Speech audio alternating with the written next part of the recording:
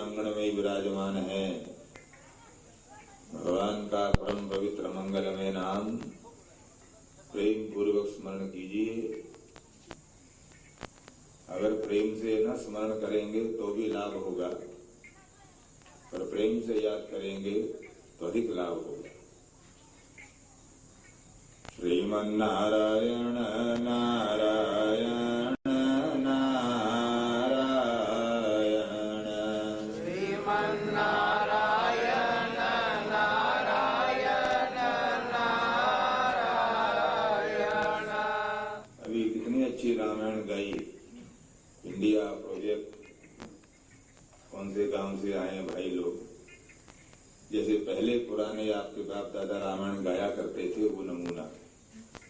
इसी तरह सम्मिलित रूप से चौपाइयां गा गा कर आपके बाप दादाओं ने सूरीनाम देश को संसार के नक्शे पर स्थापित किया है। इसलिए भगवान का नाम अंदर बाहर जो बैठे हैं, क्यों कहना पड़ता है सब बोलो और जोर से बोलो, परंतु आज आप सबको आजादी है। सूरीनाम देश अब आजाद हो गया है। जिसको 1000 बार गर्ज हो भगवान का नाम बोलो, और जिसको कोई गर्ज न हो बिल्कुल चुप रहो। जिनके खानदान में राम का नाम बोला जाता है वो सब बोलो, पर जिनको पक्का भरोसा है कि हमारी 7 पीढ़ी में किसी ने नाम नहीं लिया, तब भी मत बोलना। अपने बाप दादा के नाक मत कटवाना, आन पर कुर्बान हो जाना। श्रीमन नारायण नारायण नारायण, श्रीमन नारायण नारायण नारायण। भर्जनम भवबीजानाम, बार बार जन्म लेना मरना कर्मानुसार ये जो क्रम चला हुआ है इसको समाप्त कर देगा। यदि बीज को आग में भून दिया जाए तो फिर वो पैदा नहीं होता। गेहूं चना चावल आग में भूजा हुआ खेत में डालो नहीं पैदा होता। राम नाम में रकार अग्नि बीज है रे, इसलिए कर्मों को भून देता है तो दोबारा जन्म नहीं होगा। पहला फायदा तो ये मुक्ति हो जाएगी। भर्जनम भव बीजानाम और अर्जनम सुख संपदा, सुख संपत्ति चाहते हैं वो प्राप्त होगा, दूसरा लाभ ये। और तीसरा फायदा है तर्जनम यमदूतानाम, यमदूत पास नहीं आएंगे, भगा देगा यमदूतों को।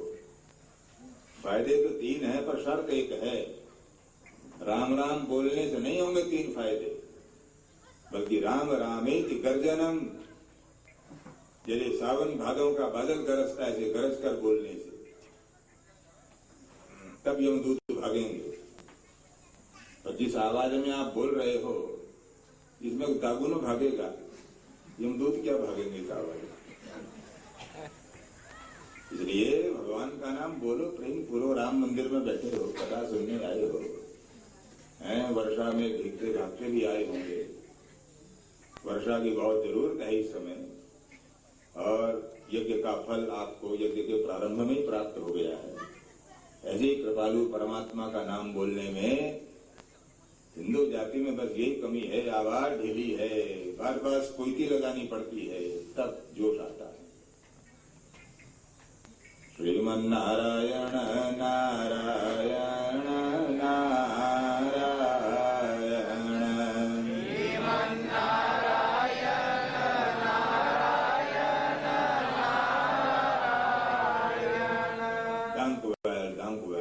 खूब बोलो, ऐसे बोलो। और क्या लगे सब जाग रहे हैं, कथा सुनने बैठे हैं। लक्ष्मी नारायण नारायण नारायण, लक्ष्मी नारायण नारायण नारायण, श्रीमन नारायण नारायण नारायण, श्रीमन नारायण नारायण नारायण, लक्ष्मी नारायण नारायण नारायण, लक्ष्मी नारायण नारायण नारायण, भजमन नारायण नारायण नारायण, भजमन नारायण नारायण नारायण।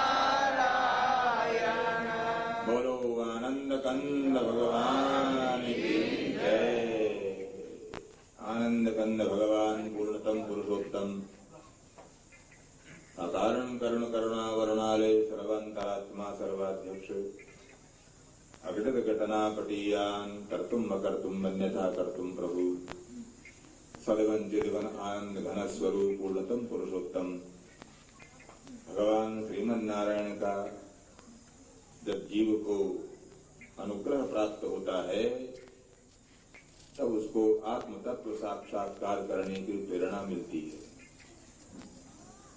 कल बताया था कि संसार दुखों से घिरा हुआ है।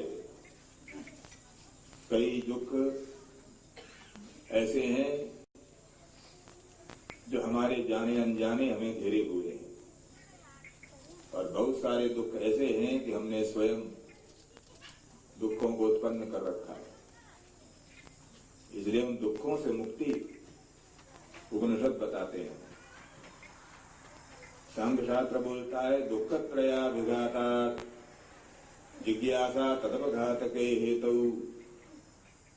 आदमी जब बीमार होता है जैसे दवा की खोज करता है, अच्छा डॉक्टर कोई मिले मेरे रोग को दूर कर दे, इसी प्रकार दुख से घिरा हुआ जीव दुख की निवृत्ति के उपाय के लिए लालायित रहता, कैसे मैं दुखों से मुक्त हो पाऊं।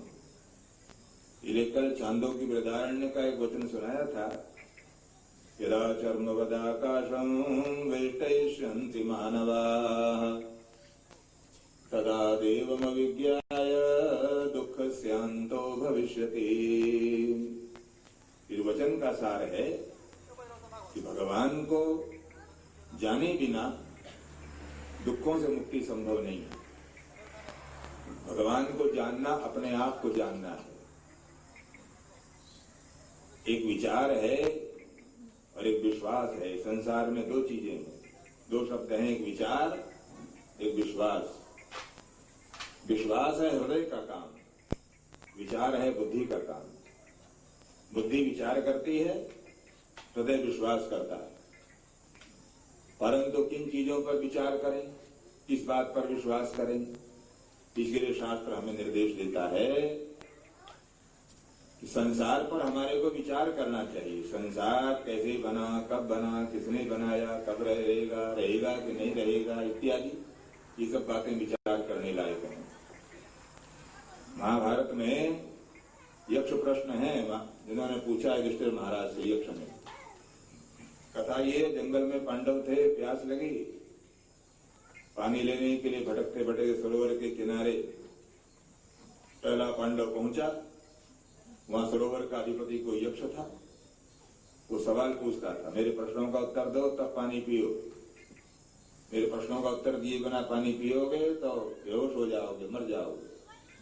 इस तरह 4 पांडव क्रम से गए, मूर्छित हो गए, अंत में युधिष्ठिर गए। यक्ष ने उनसे ही पूछा, मेरे प्रश्नों का उत्तर दिए बिना तुम्हारा वही हाल हुआ, तुम्हारे भाइयों का हाल हुआ है। तो 5 प्रश्न हैं यक्ष ने किए हैं। उनमें एक प्रश्न ये है कि समाचार सुनाओ, इस समय संसार का समाचार क्या है, का वार्ता क्या है, सबसे बड़ी खबर क्या है। श्रीमन्नारायण नारायण नारायण, श्रीमन्नारायण नारायण नारायण। क्या समाचार है, का वार्ता, किमाश्चर्यम, कस्सुखी कष्ट मोदते। ये 5 प्रश्न हैं। तो पहला सवाल है, खबर क्या है, का वार्ता, किमाश्चर्यम, अचंभे की बात क्या है संसार में। युधिष्ठिर कहते हैं, खबर तो ये है, खबर ये है, अस्मिन् महामोहमये कटाये सूर्याग्निना रात्रि दिवेन्दनेन कालर्तुदर्वी परिघट्टनेन भूतानि कालः पचतीति वार्ता। खबर तो ये है, हे यक्ष, ये संसार में एक मोह का बड़ा भारी बर्तन है, मोह का बना हुआ कड़ाहा। मोह के इस कटाह में अस्मिन् महामोहमये कटाहे, और एक बड़े भारी ये मोह रूपी कड़ाहा जो है बर्तन चूल्हे पर रखा है और नीचे सूर्य की आग जल रही है। सूर्य है, अग्नि का काम कर रहे हैं। सूर्य अग्निना, रात और दिन ईंधन का काम कर रहे हैं। रात और दिन रूपी ईंधन को सूर्य जला रहा है और मोह रूपी बड़ा भारी बर्तन चूल्हे पर रखा है। सूर्य अग्निना रात्रितिवेंधनेन हो क्या हो रहा है? बोले कालर्त दर्वी परिघट्टनेन, महीना, वर्ष, सप्ताह इनका करछी है, करछुल, जो बर्तन में घुमा घुमा कर जब दाल शाक बनाते चलाते हो, बनी कि नहीं गली कि नहीं गनी, ऋतु में महीना, वर्ष, ये सब करछुल का काम कर रहे हैं। और पक क्या रहा है कड़ाहे में? भूतानि कालः पचति इति वार्ता, संसार के प्राणियों को काल रूपी रसोईया तो कड़ाहे में सबको पका रहा है। ये समाचार है। मोह के कड़ाहे में सूर्य की अग्नि से रात दिन का ईंधन बनाकर और वर्ष महीने दिन इनके करछी से घुमा घुमा कर काल रूपी जो होफकुक है, होफकुक तो संसार के प्राणियों को पका रहा है। ये खबर है। का वार्ता? यक्ष बोले ठीक खबर है, ये खबर है, असल खबर यही है। और आश्चर्य क्या है? सबसे बड़े अचंभे की बात तो युधिष्ठिर बोले आश्चर्य ये है, अन्यानि भूतानि गच्छन्ति यम साधनम, रोज लोग मर रहे हैं, जा रहे हैं, रोज एक दिन भी खाली नहीं है। आस पड़ोस से लोग रोज जा रहे हैं, मर रहे हैं। कोई बनारसी जाता है, कोई कहीं जाता है, कोई कब्रिस्तान जाता है, जा रहे हैं लोग रोज। अहन्यानि भूतानि गच्छन्ति यम साधनम, हम देख रहे हैं और मरने वालों को श्मशान पहुंचा रहे हैं। युधिष्ठिर बोले आश्चर्य ये है कि जो मरने वालों को शमशान पहुंचाता है वो ये सोचता है कि मैं तो बस औरों को शमशान पहुंचाने के लिए आया हूं, मुझे कभी नहीं जाना पड़ेगा शमशान। अपने आप को अमर मानता है। ये सबसे बड़ा अचंभा है। ये नहीं पता कि मैं भी लाइन में लगा हूं। आज मैं औरों को लेके जा रहा हूं, कल लोग मुझे लेकर के जाएंगे। इसलिए इन दुखों से, क्लेशों से घिरा हुआ है व्यक्ति। इसके लिए क्या करे? क्या है उपाय? तो केनोपनिषद इसका उपाय बताता है और बहुत विचारणीय है। विवेचन यस्या मतम तस्य मतम, मतम यस्य न वेदस, अविज्ञातम विजानताम, विज्ञातम अविजानताम। ये चेदवेदी अथ सत्यमस्ति, न चेदिहा वेदी महती विनष्टि। भूतेषु भूतेषु विचित्य धीरा, प्रेत्यास्मान् लोकात् अमृता भवन्ति। केनोपनिषद कहता है कि भगवान को जाने बिना दुख से मुक्ति नहीं। भगवान को जानना अपने आप को जानना है। मैं कल कह रहा था कि संसार में हम औरों को जानने में जीवन बिता रहे हैं, औरों के बारे में जानकारी इकट्ठा करने में जीवन बिता रहे हैं। अपने बारे में जानने का कभी भी हमें क्षण नहीं मिल पाता। जबकि शास्त्र आज्ञा देते हैं कि रोज रात को सोने से पहले अपने कार्यों का विचार करके सो। कौन काम मैंने अच्छा किया, कौन काम बुरा किया, कौन मेरा आज का काम मनुष्यों के करने लायक था और कौन सा आज का मेरा काम जानवरों के, पशुओं के, राक्षसों के करने लायक हो गया मुझसे। अपने कार्यों का रोज विचार करो सोने से पहले। परंतु बताओ, इतने माई भाई बैठे हो, आधी ज्यादा उम्र बीत गई, रोज विचार करना बहुत दूर है। जिंदगी में एक बार भी कभी हम विचार नहीं करते कि हम कैसे जी रहे हैं, जीवन कैसे चल रहा है। तो खाना पीना और क्या नाम, मलमूत्र कर देना, इसके सिवा कोई प्रोग्राम नहीं। इसी को जीवन मान रहे हैं। इसलिए अपने आप को जानना, परमात्मा को जानना है। इसलिए विचार और विश्वास दो शब्द हैं। विचार करो संसार पर, विश्वास करो परमात्मा पर, भगवान पर। विचार बुद्धि का काम है, विश्वास हृदय का काम है। हृदय का काम बुद्धि नहीं कर सकती, बुद्धि का काम हृदय नहीं कर सकता। और उपनिषद कहता है यस्या मतम तस्य मतम मतम यस्य न वेद। सही बातों को बिठाओ। ये बीच में खेल रहा है, इसको बिठाइए। ये खेल का मैदान नहीं है ये पीछे बैठो लेकर इसको। श्रीमन नारायण नारायण नारायण श्रीमन नारायण नारायण नारायण। इसकी मम्मी आई है, मम्मी को सौंपो, मम्मी संभालेगी। मोम कहाँ मोम? जाओ मोम के पास।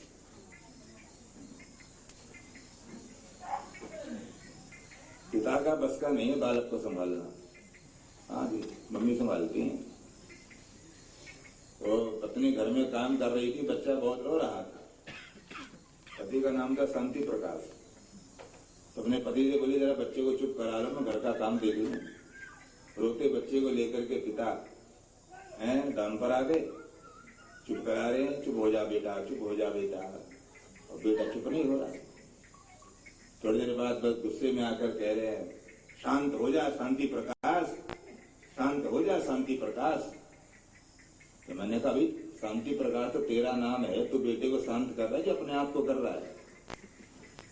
वो बोला, मुझे बहुत गुस्सा आ रहा, अपने आप भी शांत कर रहा हूं। तू शांत हो जा, वरना मेरा मन करता फेंको पड़े। मैं कब से चुप करा रहा हूं, चुप नहीं हो पा रहा है। मैं अपने आप को शांत कर रहा हूं। ये बच्चे को माँ शांत कर लेती है। लक्ष्मी नारायण नारायण नारायण। लक्ष्मी नारायण नारायण नारायण। बात यह, लोहा गर्म हो, एक चोट मारो 4 अंगुल चौड़ा हो जाता है लोहा। गर्म लोहे पर चोट पड़े और ताव ठंडा पड़ जाए तो फिर धोकनी चलाओ, फिर उसको गर्म करो। इसलिए बात टूट जाती है बीच में तो सिरा टूट जाता है, बाल ठंडी पड़ जाती है, फिर वहीं लाने पर बहुत कोशिश करनी पड़ती है। इसलिए दिमाग से उतर जाती क्या बात चल रही थी।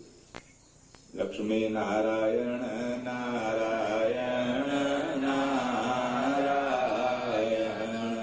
लक्ष्मी नारायण नारायण नारायण। उपनिषद कहता है कि जो व्यक्ति दावा करता है कि मैं जानता हूं, जो कहता है कि मैं परमात्मा को, भगवान को जानता हूं, वो नहीं जानता। यस्या मतम तस्य मतम। मूर्ख में और अज्ञानी में क्या फर्क है? मूर्ख और अज्ञानी दोनों को हम समान पर्यायवाची मानते हैं प्राय, और अज्ञानी में और मूर्ख में बहुत अंतर है। अज्ञानी उसको बोलते हैं जो नहीं जानता कुछ, जिसके पास ज्ञान नहीं है, कुछ नहीं जानता, उसको बोलते हैं अज्ञानी। जो कहता है मैं नहीं जानता, मुझे नहीं मालूम कुछ, वो अज्ञानी। पर मूर्ख वो है कि जानता कुछ नहीं, फिर भी कहता है मैं जानता हूं। जो कुछ न जानता हुआ भी अपने ज्ञानी होने का दावा करता है, वो मूर्ख है।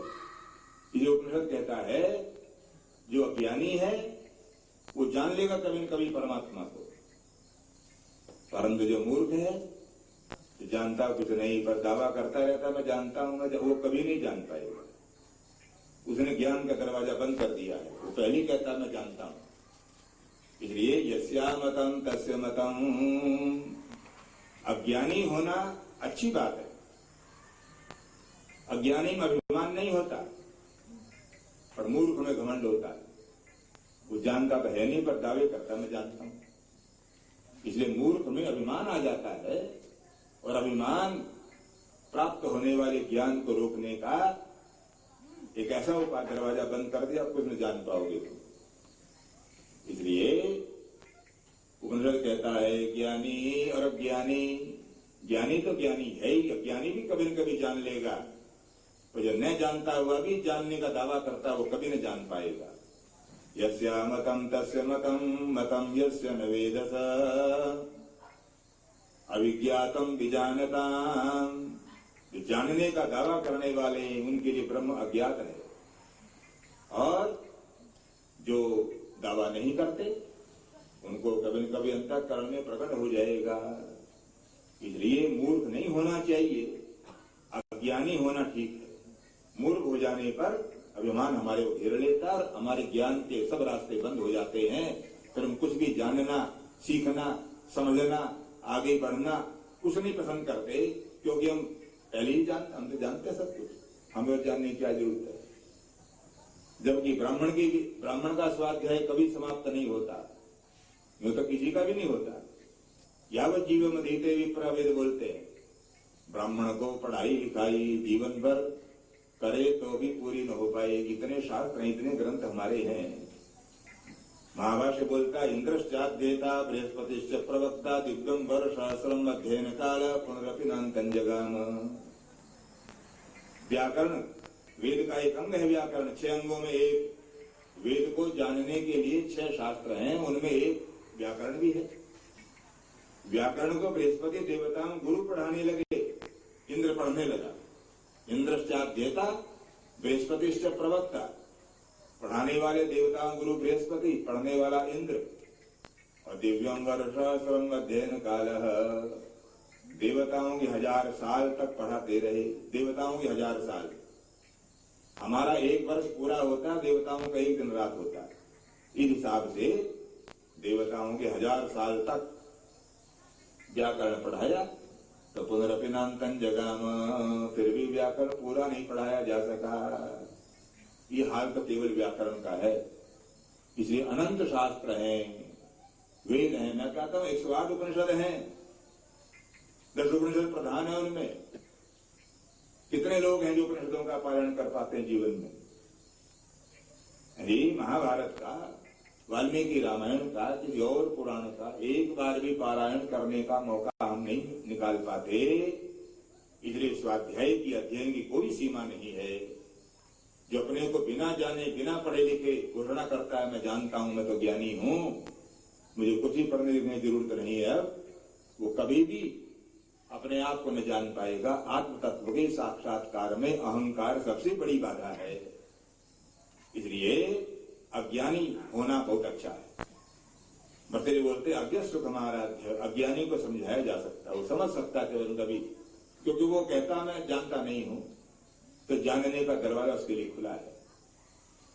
श्रीमन नारायण नारायण नारायण, श्रीमन नारायण नारायण नारायण,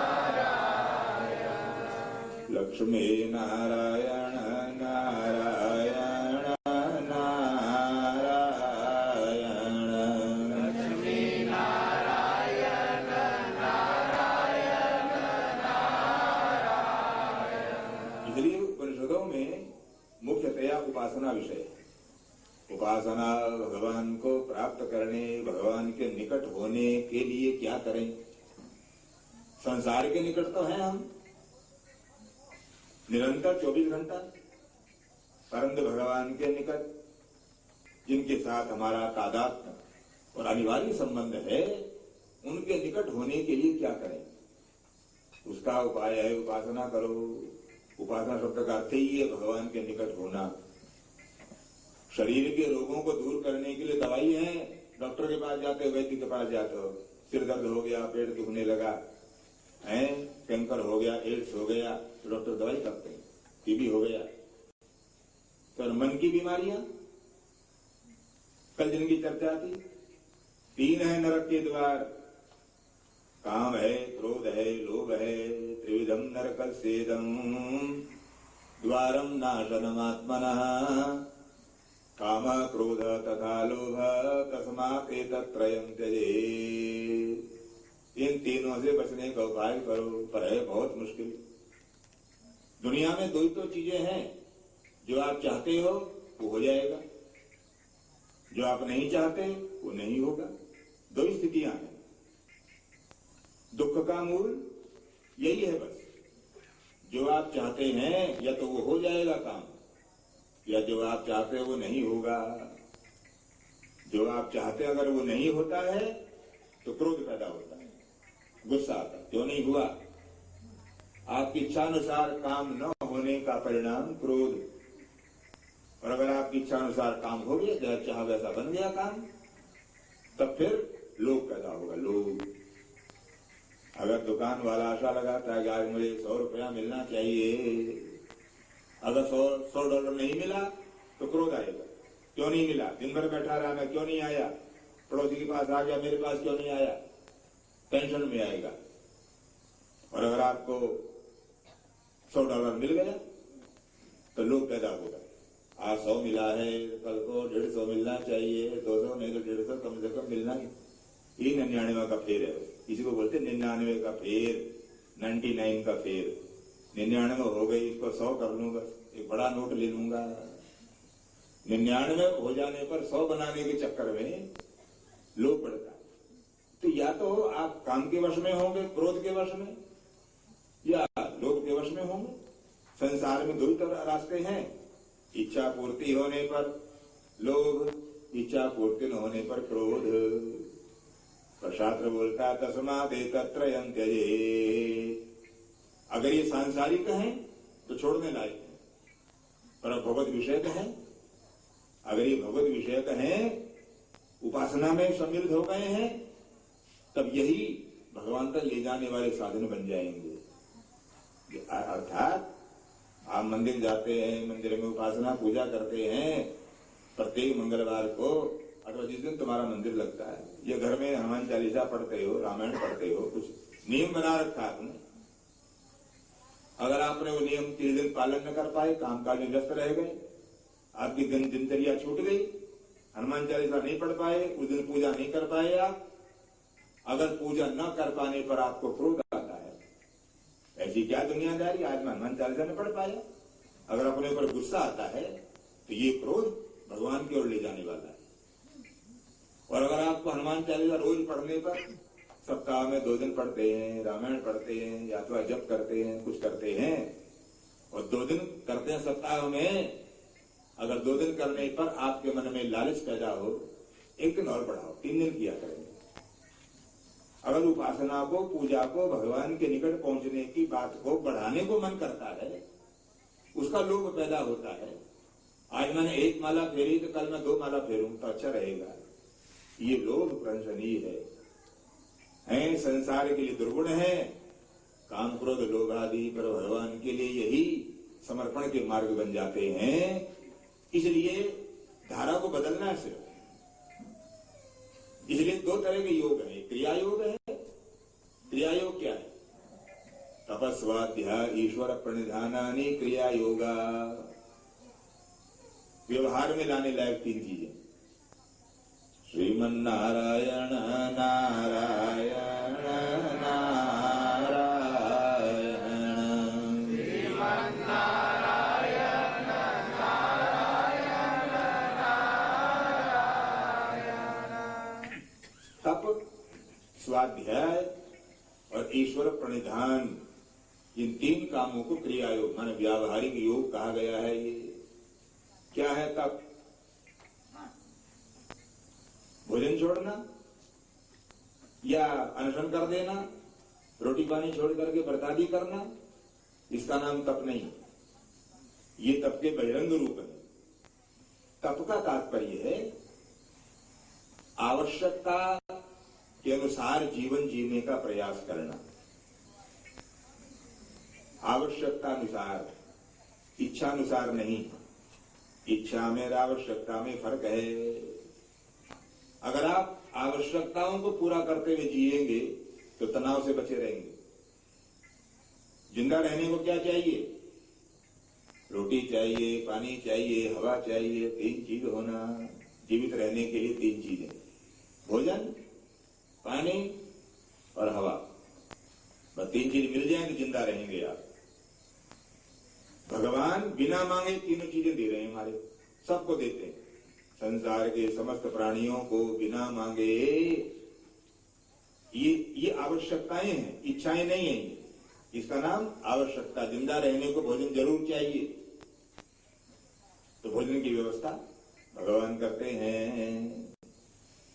भूख के मारे कोई मरता नहीं। संसार में भोजन सबको प्राप्त है। या मंदिर में कथा होती है, बाद में सबको भोजन प्रसाद मिलेगा। हर मंदिर में ऐसा होता है। और भारत में जाओ, जितने अन्न क्षेत्र चलते हैं, खाने वाले नहीं मिलते। दाता इतने हैं, देने वाले इतने हैं, खाने वाले नहीं मिलते। अयोध्या में, हरिद्वार में, वृंदावन में, तीर्थ स्थानों पर इतना भोजन बंटता है, यात्रियों को तलाश करने की जरूरत नहीं कहां जाकर खाएं, भोजन कहां से लाएं। और कई स्थान ऐसे भी हैं, वहां भोजन बांटो तो प्रसिद्ध है, वहां भगवान भी भोजन लेने के लिए आते हैं, प्रसाद लेने भगवान भी किसी न किसी रूप में आते हैं। संत ज्ञानेश्वर जो हुए, महाराष्ट्र में उनकी जन्मभूमि का नाम है आलंदी। आलंदी नाम का गांव, जो तुम्हारा लांगा डाम, उनके गांव का नाम आलंदी। वहां पर ये प्रसिद्ध है कि जब भी आप अन्न बांटोगे, रोटी बांटोगे, शाक बांटोगे, तो आप भगवान कृष्ण भी भोजन लेने के लिए आते हैं। किसी न किसी रूप में आओ, चाहे पहचानो तुम। इसलिए बड़े बड़े लोग वहां दाल रोटी बांटने के लिए जाते हैं। वो भंडारा दाल रोटी का है, बस सूखी, जरा ज्यादा पतली नहीं है, ऐसी दाल बनाते हैं। सुरनाम वालों की दाल नहीं, सुरनाम वाले जो दाल बनाते हैं तो बहुत पतली, उसमें डुबकी लगा कर दाना ढूंढना पड़ता है, कहाँ दाना है। हाँ, डुबकी लगाओ, लंगोटा पहनकर कूदो तो पता लगे कहीं दाना भी होगा। बुरा न मानना भाई, मैंने ऐसी दाल देखी है इसलिए मैं ऐसा बोल रहा हूँ। कहीं गाड़ी ही बनाते होंगे जरूर, पर मेरा तो ऐसी दाल से वास्ता पड़ा है। उसमें और चीजें सब बढ़िया, पर दाल ऐसी बनाएंगे, दाने कहीं, पानी कहीं, गोता लगाओ चाहे उसके अंदर। लक्ष्मी नारायण नारायण नारायण, लक्ष्मी नारायण नारायण नारायण। तो वो दाल, जरा कड़ी दाल बनाते, रोटी पर रख करके बांटने का रिवाज है वहां आलमदी में। ये बंबई का सेठ 10 साल से वहां रोटी बांटने जाता है।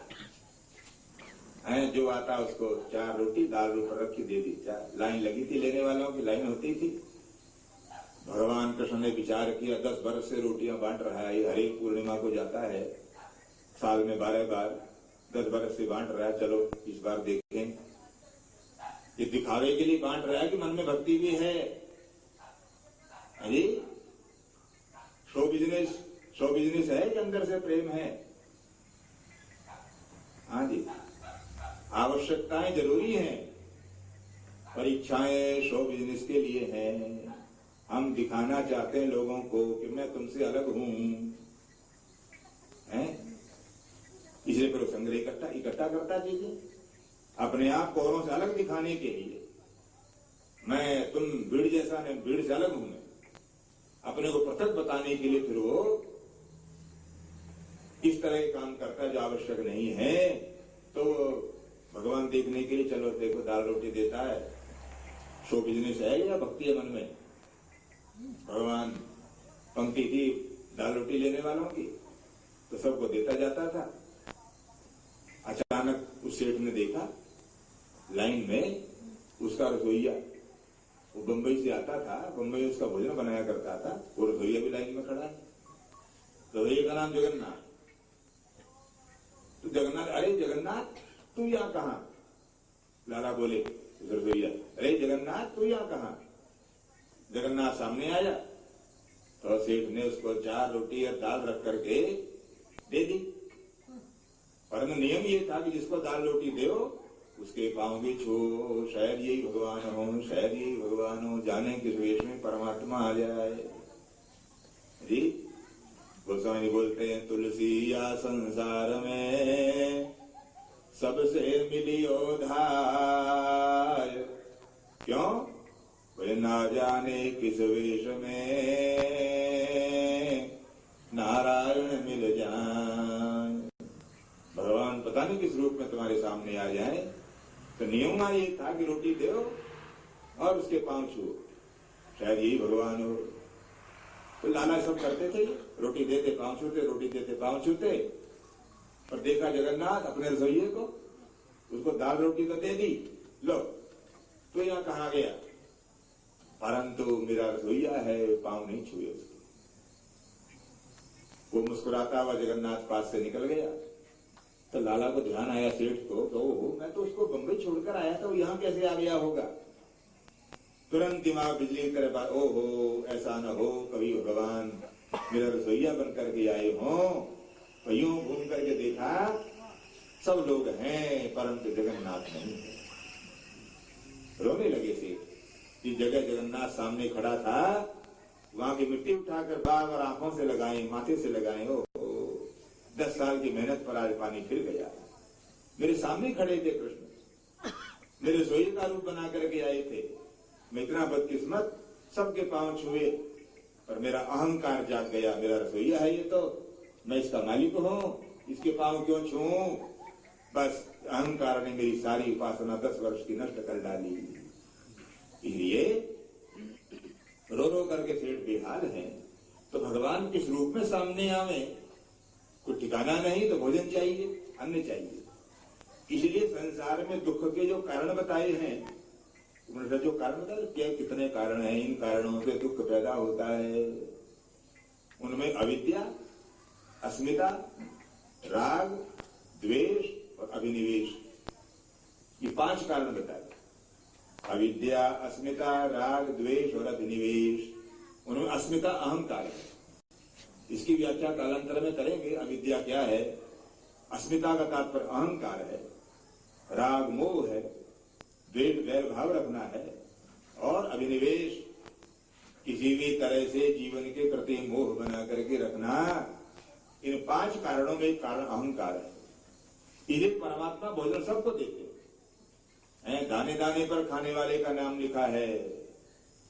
जब मान करने की जरूरत नहीं। आप किसी को रोटी खिलाते हो तो भूखा मर जाता अगर मैं रोटी न खिलाता, ये मत समझना, बल्कि इसकी कृपा मानना। जी, हर दाने पर खाने वाले का नाम लिखा है। भाई तू मेरे घर आया, तेरे नाम का अन्न मेरे घर में था, तूने खा लिया, मेरी बड़ी मेहरबानी, बहुत अच्छा किया। तो वरना कब तक मैं तेरे अन्न की रखवाली करता, तूने अपनी अमानत आकर ले ली। तो अतिथि का जो तुम्हारे घर आकर भोजन खा जाता है या ले जाता है, उसका एहसान मानना चाहिए, कृपा। अगर तू न आता, जाने तेरा अन्न कब तक मैं रखता या मैं गलती से खा लेता, उसको भोगना पड़ता मुझे। इसलिए अन्न पर सबका नाम लिखा है। परमात्मा सबकी व्यवस्था करते हैं। संसार में बिना अन्न के हैं।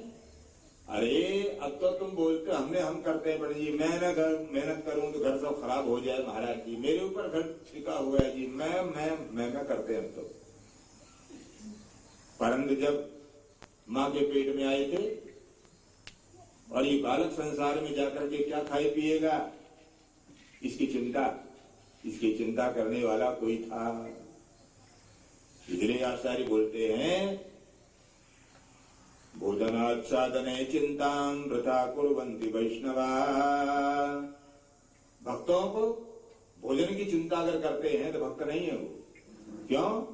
व्रियोसो विश्वम्भरो देवः स किमस्मानुपेक्षते।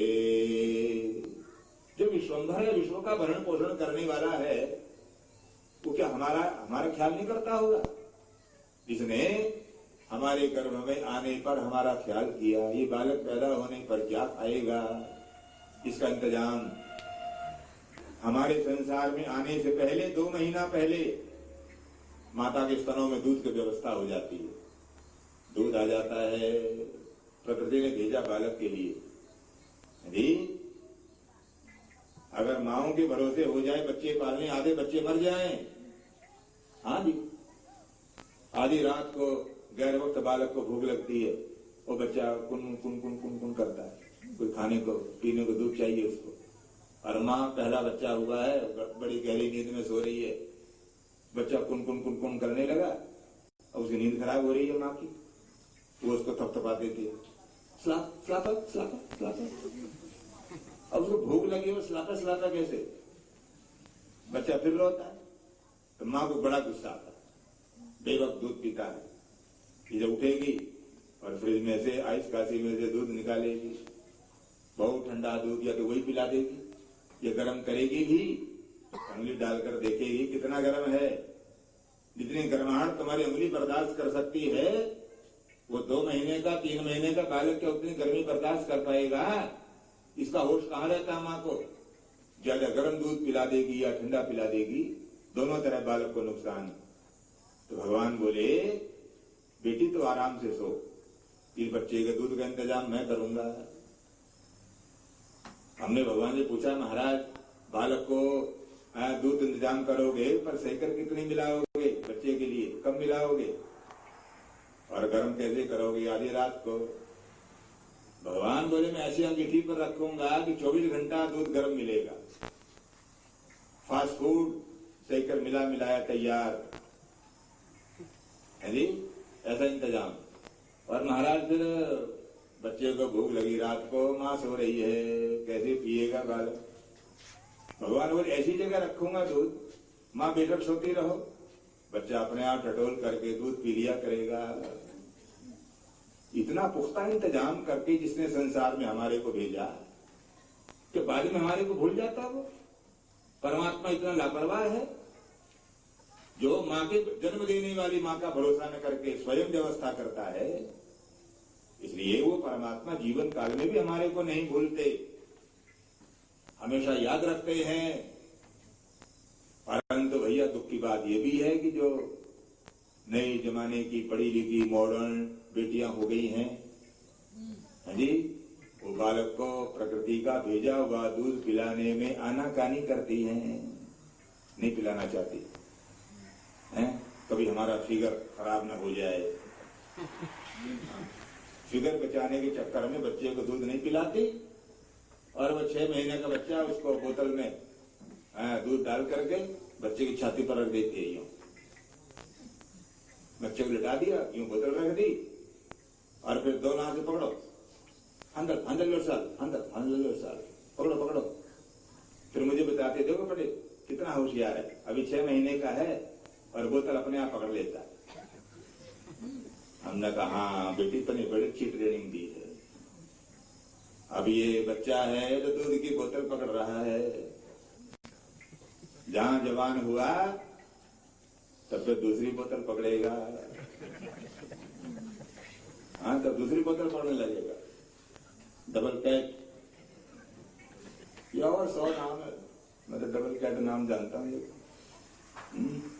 वो बोतल पकड़ेगा, परंतु वो बोतल पी करके जवानी में बूढ़ा हो जाएगा, फेफड़े गल जाएंगे, लाठी लेकर चलेगा, खुल खुल करेगा, खांसी बलगम बढ़ जाएगा, चिकन हाउस में दाखिल होगा, वहां उसके पे तीसरी बोतल ग्लूकोज की टांगी जाएगी।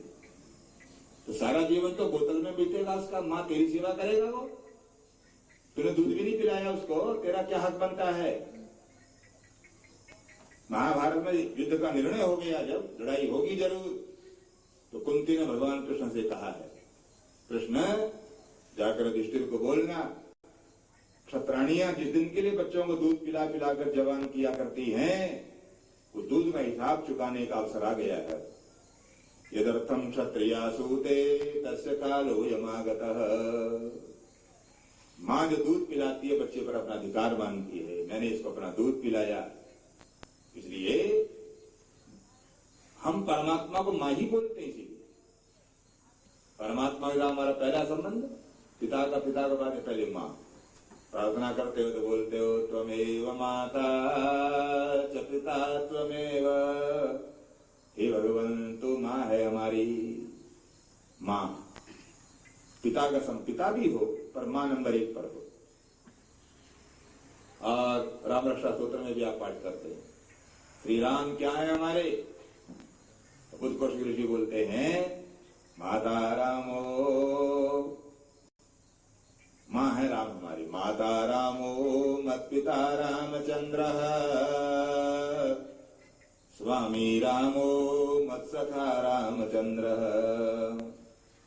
सर्वस्वं में रामचंद्रो दयालु, नान्यम जाने नैव जाने न जाने। राम हमारी मां है। राम स्वयं कहते अपने मुंह से नारद जी को, अभी रामायण पढ़े थे हमारे भाई लोग, क्या कहते हैं भगवान श्री राम, नारद जी मैं अपने भक्तों की रक्षा मां बनकर करता हूं। करऊं सदा तिनकी रखवारी। कैसे? बोले जिमी बालक राखी महतारी। जैसे मां बालक को रखती है ऐसे मैं रखता हूं। इसलिए मां में और पिता में बहुत फर्क है। मां बालक के लिए सर्वस्व है। मां बालक मां को ही जानता है। मां ही पिता से मिलाती है। आज ऐसी एक मां की जयंती है, आज राधा जयंती। इसने भगवान कृष्ण के साथ संबंध जोड़ने का मार्ग हमारे को बताया। उपनिषदों की प्रतिपाद्य है वो, उपासना की जीवंत मूर्ति है। जो शास्त्र बताते हैं, सारे 108 उपनिषद उपासना बताते हैं, भिन्न भिन्न मार्गों से ब्रह्म तक कैसे पहुंचा जाए, ब्रह्म को कैसे जाने। अनंत प्राणी और अनंत मार्ग हैं। इसलिए उपासना का जो जीवंत और प्रतीक हमारे सामने स्थापित करने वाली भगवती राधा, आज जिनका जन्मदिन है, राधा जयंती। श्री सुखदेव महाराज उनको अपना गुरु मानते थे। गुरु का मतलब ये नहीं होता चादर उठा करके और कान में मंत्र फूंक दे, काना बाती गुर, तू चेला में गुर, वही गुरु शिष्य नहीं होते। हाँ, ऐसे गुरु पर बात भी नहीं पूछते चेला कहाँ गया। हाँ, कई कोई चक्कर लगाते हैं बस। इसलिए जिससे तुम्हें कुछ प्राप्त हुआ है, जिसमें तुम्हारी भावना बन गई है गुरु जैसी, कोई जरूरी नहीं कंठी पहन लेना और चतर उठा करके कानाबाती कर लेना। तो श्री सुखदेव महाराज परमहंस वितराग शरीराध्यास शून्य महापुरुष, वो भगवती राधा को उपासना के मार्ग में अपना आदर्श मानते हैं। भक्त को कैसा होना, उपासना का स्वरूप क्या होना चाहिए, समर्पण का स्वरूप, ये भगवती राधा है। इसलिए उपनिषदों की प्रतिपाद्य है। ये बड़ा संयोग है। ये इस यज्ञ के बीच में राधा जयंती का अवसर आया और आज ही वो दिन है। उसके प्रसंग को सुनाते हैं, परंतु इस बात को समझो कि भगवान के साथ हमने मां का संबंध जोड़ा।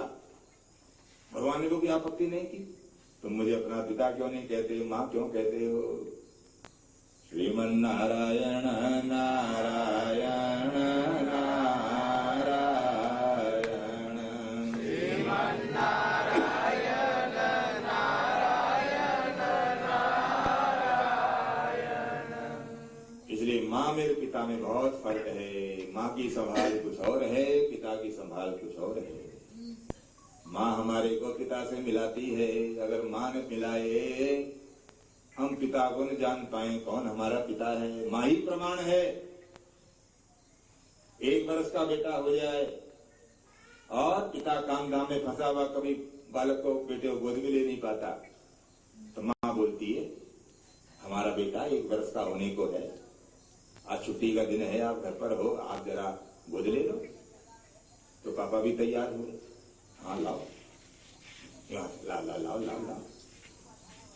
और माँ ने बालक को तैयार किया, आंखों में काजल लगाया, नए कपड़े पहनाए, बाल संवारे और काजल लगाकर अंगली पर बचा हुआ काजल बालक के गाल पर लगाया, नजर न लग जाए किसी की। डिठौना। बालक को नजर पहले माँ की लगती है और नजर तो बाद में लगती है। माँ की नजर ही लगती है सबसे पहले। इसलिए कथा सुनते हैं ना, यशोदा जी को भगवान मुख में ब्रह्मांड दिखाई पड़ा था। माता यशोदा को भगवान कृष्ण के मुख में ब्रह्मांड, परंतु हर माँ को अपने बेटे के मुंह में ब्रह्मांड दिखता है। उसकी दुनिया उसका बेटा ही है बस। सारा संसार माँ के लिए क्या है? पुत्र, बेटा। इसलिए मैं कहता हूं, आप जब चाहे बेटा कितनी बड़ा हो जाए, माँ के लिए कभी बड़ा नहीं होता। बेटा कितनी पढ़ लिख जाए, विद्वान हो जाए, डबल डॉक्टर हो जाए, माँ के लिए मूर्ख का मूर्ख है, कभी उसको अकल नहीं आएगी। अबोध है माँ के लिए हमेशा वो। इसलिए माँ हमेशा बेटे के चेहरे की तरफ देखती है। कैसा है बेटा, खुश है? तो माँ भी खुश। वो सोनो ब्लूम देखा ना, सूर्य को देखकर खिलता है। माँ भी बेटे का चेहरा उसके लिए सूर्य की तरह है। बेटा अगर खुश है तो माँ भी खिली हुई है। अगर बेटे का चेहरा उतरा हुआ है तो माँ भी उदास हो जाती है। क्या मामला, क्या हुआ? चिंता में पड़ जाती है। इसलिए जब आप घर में आते हो थके मांदे दुकान के काम से, दफ्तर के काम से हारे थके जब घर आते हो तो माँ आपका चेहरा देखती है। अगर आप खुश हो तो माँ भी खुश है। माँ की नजर आपके चेहरे पर, माँ देखती है आपका चेहरा। और मफराऊ देखती है जेब में क्या है, जेबी में, उसकी नजर जेब पर। सबके नहीं, बहुत सारे मफराऊ भी देखती होंगी, परंतु आमतौर पर जेब। और बच्चे देखते हैं थैला आपका बबुल गांव कुछ लाए कि नहीं लाए, ये वैसे चले आए। इसलिए माँ हमें पिता से मिलाते, लो आप भी गोद में ले लो, पिता तैयार हो, ध्यान दो, पिता हुए तैयार, हाँ लाओ लाओ लाओ, यूं कर। और माँ ने बालक को तैयार करके अपनी गोद से यूं हटाया, यूं, जाओ बेटा, वो उधर देखो, वो तुम्हारे पापा। अब बालक देखता पापा की तरफ, पहली बार देखा पापा को, बड़ी बड़ी मूछों वाले हैं। देखकर बालक घबरा के रोने लगे, तो माँ, बेटा डरो मत, ये तुम्हारे पापा, डरो। कुछ कार्य कर माँ के 10 बार आश्वासन देने पर बेटा तब माँ की गोद में जाता है, पिता की गोद में जाता है। तो देखा आपने, जब माँ बालक को खिलाती है, ऊपर उछालती है, फिर संभालती है, बालक खिलखिलाता, हंसता है, प्रसन्न होता है। क्यों? बालक को भरोसा है कि जिन हाथों ने मुझे ऊपर फेंका है वही हाथ मुझे संभालने के लिए नीचे मौजूद है, मुझे गिरने नहीं देंगे। पर कोई अजनबी आदमी बालक को लेकर ऊपर उछाले तो बालक रोने लगता है। इसलिए माँ के साथ जो संबंध है, पिता के साथ संबंध माँ जोड़ती है। ये भगवती राधा श्री कृष्ण भगवान से मिलाती हैं। इसलिए कहा, राधे तू बड़ भागिनी, कौन तपस्या की, अखिल लोक तारण तरण, सो तेरे आधीन। राधा रानी की जय, महारानी की जय, महारानी की जय, महारानी की जय। बोल लो, कोई अर्ज नहीं है। राधा रानी माँ है। राधा रानी की जय, महारानी की जय, राधा रानी की जय, महारानी की जय। उनके गांव का नाम है बरसाना, है ब्रज क्षेत्र में, वृंदावन मथुरा के पास एक गांव बरसाना। इसलिए इस कीर्तन में उनके गांव का नाम भी है। राधा रानी की जय, महारानी की जय, राधा रानी की जय, महारानी की जय। बोलो बरसाने वाली की जय जय जय, बोलो बरसाने वाली की जय जय जय। क्या बरसाने वाली? भगवान कृष्ण की कृपा बरसाने वाली। अगर कृष्ण की कृपा चाहिए तो राधा जी रास्ता है केवल। इसलिए माँ हमें परमात्मा भगवान से मिलाने वाली, वही प्रतिपाद्य है उपनिषदों की उपासना की साक्षात मूर्ति है भगवती राधा। भगवान के साथ कोई सांसारिक संबंध नहीं हुआ उनका, लौकिक संबंध, विवाह नहीं हुआ। पत्नी तो 16,108 हैं, 8 पटरानियां और 16,100 और उनमें राधा जी शामिल नहीं है। परंतु संसार में कहीं भी कोई मंदिर बनेगा राधा कृष्ण, किसी रानी का नाम साथ नहीं जुड़ता। न रुक्मिणी कृष्ण, न जाम्बवती कृष्ण, न मित्रवृंदा कृष्ण, न लक्ष्मणा कृष्ण, किसी रानी का नाम साथ नहीं लगता। और न कहीं किसी रानी के साथ कोई मंदिर है। दुनिया भर में मंदिर है तो बस राधा जी के साथ राधा कृष्ण, नाम भी राधा कृष्ण रखे जाते हैं, नाम राधा कृष्ण। इसलिए राधा जी का लौकिक संबंध तो नहीं है, अलौकिक संबंध है। विवाह हुआ, ब्रह्मा जी ने करवाया भांडीर वन में, जयदेव के बिना उसका मंगलाचरण किया है। कोई विवाह का साक्षात्कार कर, कोई बारात नहीं, कोई बैंड बाजा नहीं, कुछ नहीं, केवल ब्रह्मा साक्षी है। भांडीर वन में हुआ विवाह, वो सांसारिक विवाह नहीं, अलौकिक विवाह है वो। जयदेव कई गीत गोविंद का मंगलाचरण इसी विवाह से करते हैं। मेघैर्मेदुरमंबरं वनभुवः श्यामास्तमालद्रुमये नक्तं भीरुरयं त्वमेव तदिमं राधे गृहं प्रापय। इत्थं नन्दनिदेशतश्चलितयो प्रत्यध्रुकुञ्जद्रुमम् राधा माधवयोर्जयन्ति यमुना कूलेरः केलयः। ये ब्रह्मा जी द्वारा कराए गए अलौकिक विवाह का वर्णन है मंगलाचरण में। लौकिक संबंध कुछ नहीं, परंतु नाम के साथ हमेशा के लिए उनका नाम जुड़ गया, राधा कृष्ण। बहुत लोगों को पसंद नहीं है, वो बोलते हैं पंडित जी कृष्ण तो बहुत अच्छे हैं, योगेश्वर हैं, गीता सुनाने वाले परमात्मा, पर राधा कहां से आपने उनके साथ लगा दी? राधा को हटाओ। मैंने भैया हम तो राधा को हटाने की सोच भी नहीं सकते, हटाना तो बहुत दूर। हाँ तुम हटा सकते हो तो हटाओ। बोले हाँ हम हटाएंगे। ध्यान दो, हिंदी में लिखा राधा कृष्ण, अंग्रेजी में लिखा RADHA राधा कृष्ण। हमने धीरे धीरे हटाओ। उन्होंने हिंदी का केवल पहले र मिटाया, रकार, और अंग्रेजी का R मिटाया, एर। जो भी एर मिटाया हमने, आगे पढ़ो क्या बचा? एर मिटाया तो आगे बचा आधा कृष्ण, आधा कृष्ण। हमने भले आज अभी तक खाली एर हटा है, एक अक्षर, उसके हटते ही कृष्ण आधे रह गए।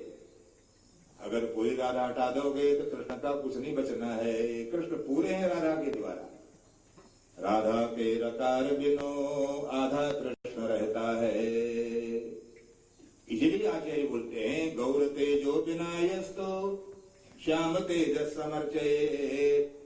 ये जो तार दिखाई पड़ रही है देखने में एक है, परंतु इसके भीतर दो तार गई है, नेगेटिव पॉजिटिव दोनों ठीक लगी हो तब ये बोल रहा है, रोशनी हो रही, हवा होगी, सब दो है, ऋण और धन, नेगेटिव पॉजिटिव। इसी प्रकार गौर तेज और श्याम तेज, राधा कृष्ण, सीताराम, लक्ष्मी नारायण, गौरी शंकर, एक गौर वर्ण है, एक श्याम वर्ण है। ये दोनों तेज हैं, नेगेटिव पॉजिटिव की तरह। दोनों को जब तक ठीक सम्मेलन न होगा, दोनों की उपासना करना, युगल उपासना। ये सनातन धर्म में युगल उपासना चलती है, दोनों की पूजा करना, एक को नहीं। जोड़ी नहीं तोड़ना, जोड़ी समेत पूजा करना। जिन्होंने जोड़ी तोड़ने का उपाय किया, क्या है? रामायण, यही तो रामायण है बस। सीताराम की जोड़ी, परंतु रावण चाहता था केवल सीता मिले बस, राम का नाम लेना पसंद नहीं करता था। और रावण की बहन शूर्पणखा, वो चाहती थी केवल राम मिल जाए, वो सीता जी को पसंद करती। दोनों जोड़ी तोड़, एक वो चाहे राम को, वो चाहे केवल सीता को। परिणाम आप जानते हो क्या हुआ? केवल सीता जी को चाहने वाला रावण शंकर का परम भक्त, परंतु युद्ध में उसकी खोपड़ियों को गीदड़ों नोच नोच करके खाया, की दुर्गति को प्राप्त हुआ। और शूर्पणखा का तो कहना क्या है, कोई नाम लेवा पानी देवा न रहा आजकल। शूर्पणखा नाम में कोई बुराई नहीं है, नाम तो बहुत बढ़िया शूर्पणखा। शूर्प बोलते हैं, शूर्प छाछ को, वो अनाज साफ करने को पुराने जमाने में होता था सूप, या क्या बोलते हैं सूप। वो सूप नहीं जो पिया जाता है, हाँ वो सूप नहीं। मैं हॉलैंड में रहा ना, देनहाक में, तो वहां जिस जगह रहा था, जहां से गुजरता वहां बोर्ड लगा था, शोरमा शोरमा शोरमा। हमने इतने शर्माया, कहां से आगे, हिंदुस्तान से सब के सब दे शर्मा दे शर्मा। तो पूछा मैं पंडित से, भाई इतने शर्माए सब हिंदुस्तान से, कहां से यहाँ दुकानें लगा ली सबने शर्मा शर्मा? बोले ना ना, ये शर्मा नहीं है, शोरमा है, ये शोरमा। इसलिए सूप अनाज साफ करने वाला। और नख माने नाखून, जिसके नाखून सूप की तरह लंबे लंबे हों, उसको बोलते शूर्पणखा। बड़ी फैशनेबल मॉडर्न। आजकल भी तो लंबे नाखून रखने का फैशन है, उसके ऊपर रंग भी लगाते हैं फिर। और घर का काम दाम करने से बचते हैं, पुलिस खराब हो जाएगी, क्यों घर का काम दाम करें। वो कहते हैं चौराहे पर सिपाही खड़ा रहता है, हाथ दिखाने पे लाइट ना हो, जब ट्रैफिक को बाएं दाएं करता है, तुम निकलो तुम रुको। ऐसी चौराहे पर गाड़ी आकर के रुकी और अंदर से हाथ निकला, यूं यूं। सिपाही ने समझा इनको इधर जाना, तो इशारा दे दिया, और गाड़ी गई सीधे जाकर के टक्कर लगाई। सिपाही आया बुक लेकर के, क्या मामला है, तुम सीधे क्यों गए? बोले हमें सीधे ही जाना था। बोले नहीं, हाथ तो निकला इधर से, बाहर यूं हाथ हो रहा था। पीछे एक महिला बैठी थी मॉडर्न, वो बोली मैं कोई दाएं घूमने के लिए हाथ थोड़ी निकाला था, मैं तो नाखूनों पर पॉलिश लगाई थी, बाहर निकाल के सुखा रही थी यूं यूं करके, मैं मुझे कोई दाएं थोड़ी घूमना था। इसलिए नाखूनों की संभाल, नाखूनों के बीमा इंश्योरेंस कराया जाता है। अगर मेरा नाखून टूट गया तो इतना पैसा देना पड़ेगा बीमा कंपनी को। तो शूर्पणखा नाम में तो कोई बुराई नहीं, परंतु काम में बुराई है, उसके काम में बुराई है। विधवा थी और ब्राह्मण घर की विधवा थी। रावण, उसके पति को रावण ने खुद मारा था, विद्युत जीवों को, पर फिर भी भगवान से झूठ बोलती है, मैंने अब तक विवाह नहीं किया। ताते अब लगी रहूं कुमारी, मैं अब तक कुमारी हूं। इसलिए उसका आचार विचार ऐसा था, तो केवल चाहती थी राम को, सीता जी को पसंद न करती थी। तो शूर्पणखा का जो हाल होगा आप जानते हैं। इसलिए युगल की उपासना, राधा कृष्ण, राधा गौर तेज हैं, कृष्ण भगवान श्याम तेज हैं, भगवती महालक्ष्मी गौर तेज है, नारायण श्याम तेज है, श्री राम श्याम तेज है, भगवती जानकी गौर तेज है। दोनों युगल की उपासना करने की परंपरा हमारे यहाँ है। श्रीमन नारायण नारायण नारायण, श्रीमन नारायण नारायण नारायण, लक्ष्मी नारायण नारायण नारायण, लक्ष्मी नारायण नारायण नारायण। इसलिए क्योंकि ब्रह्म सायुज्य का मार्ग दिखाती है माँ, एतावता माता को हमारे यहाँ बहुत महत्व दिया गया है। जो माता पिता की, माँ की सेवा करने में आनाकानी करता है, वो चाहे कितने तीर्थ करे, कितना स्वाध्याय करे, कितने जप तप करे, उनका फल तब तक प्राप्त न होगा अगर माँ उसकी आचरण से घर में दुखी है। तो अगर माँ घर में दुखी है, हमारे दिल्ली में एक बड़े भारी पैसे वाले सज्जन, नाम था उनका परशुराम, मिलियनर, उनकी माँ मरी 105 वर्ष की होकर, 100 पार कर गई, और वो लाला भी 80 पार कर गए, 85 वर्ष के हो गए। परंतु जब माँ मरी तो 85 वर्ष के लाला परशुराम बड़े बच्चों की तरह फूट फूट करके रोए, हाय हाय करें, मार रोना बंद न करें, हिचकियां बन गई उनकी। हम सब लोग समझाते, लाला इतना क्यों रोते हो भाई, माँ देखो कोई जल्दी तो मरी नहीं है, 105 वर्ष की होकर के, इतनी आयु तो सबको मिलती भी नहीं है, तुम इतना क्यों रोते हो? वो बड़ी मुश्किल से अपने आंसुओं को शांत करके बोले, मेरी माँ 105 वर्ष की चली गई, परंतु पंडित जी ये दिल्ली शहर में इतने लोग रहते हैं, हजारों, मेरे इज्जत के साथ मेरा नाम लेकर पुकारने वाले बहुत लोग हैं, श्रीमान सेठ लाला परशुराम जी, ऐसा कहकर बुलाने वाले हजारों लोग हैं दिल्ली में, परंतु मेरा आधा नाम लेकर पुकारने वाली बस मेरी माँ थी। बेटा परशु आ गया, बेटा परशु, परशुराम भी नहीं कहती थी, आधा नाम लेकर पुकारने वाली बस एक मेरी माँ थी। उतने प्यार के साथ श्रीमान श्री लाला परशुराम जी सुनकर जो मुझे सुख नहीं मिलता था, वो अपनी माँ के मुंह से आधा नाम सुनकर के जो मुझे सुख मिलता था, उतने प्यार अधिकार के साथ अब मुझे कौन बुलाया करेगा। इसलिए महाराज पंडित जी मेरी माँ, बस मेरी माँ जैसी कोई माँ नहीं। मैं घर में भोजन करता था, जब माँ को याद करके बोले, पत्नी भोजन बनाती थी और मैं दुकान से दोपहर में भोजन करने आता, तो मेरी माँ रसोई के दरवाजे पर बैठ जाती और मेरे को पत्नी बनाती रोटी और माँ परोसती, देती माँ, खिलाती माँ, बनाती पत्नी। वह इतना काम करती थी, अपने हाथ से मुझे भोजन खिलाती। जब बूढ़ी हो गई, बीमार शुमार रहने लगी, फिर भी जैसे तैसे करती। तो पंडित जी आखिरी दिनों में माँ को बुखार हो गया, चारपाई पर बेदी पर पड़ी रहती थी। एक दिन मैं दुकान से आया रोज की तरह, देखा माँ लेटी हुई है। मैं सोचा क्यों माँ को तकलीफ देना। मैंने पत्नी से कहा, भाई लाओ भोजन दो, जल्दी दुकान पर फिर जाना।